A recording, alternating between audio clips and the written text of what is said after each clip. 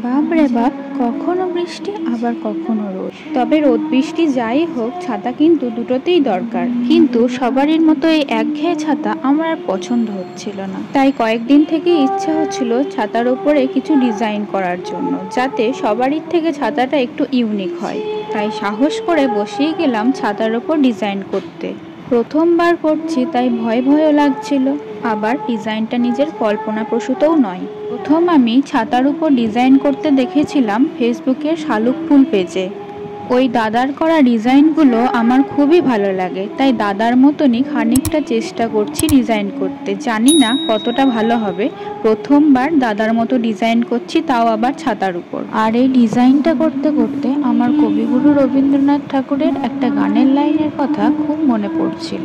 খাঁচার পাখি ছিল সোনার খাঁচাটিতে, বনের পাখি ছিল বনে। ভিডিওর ব্যাকগ্রাউন্ডে আমার নিজের কণ্ঠে গাওয়া ওই গানটিই চলছে। যদিও জানি আমার গলা খুব একটা ভালো না, তবুও গাওয়ার চেষ্টা করলাম। এবার আমার আর আমার ঠাকুমায়ের কয়েকটি ছবি দেখো এই ছাতাটি নিয়ে।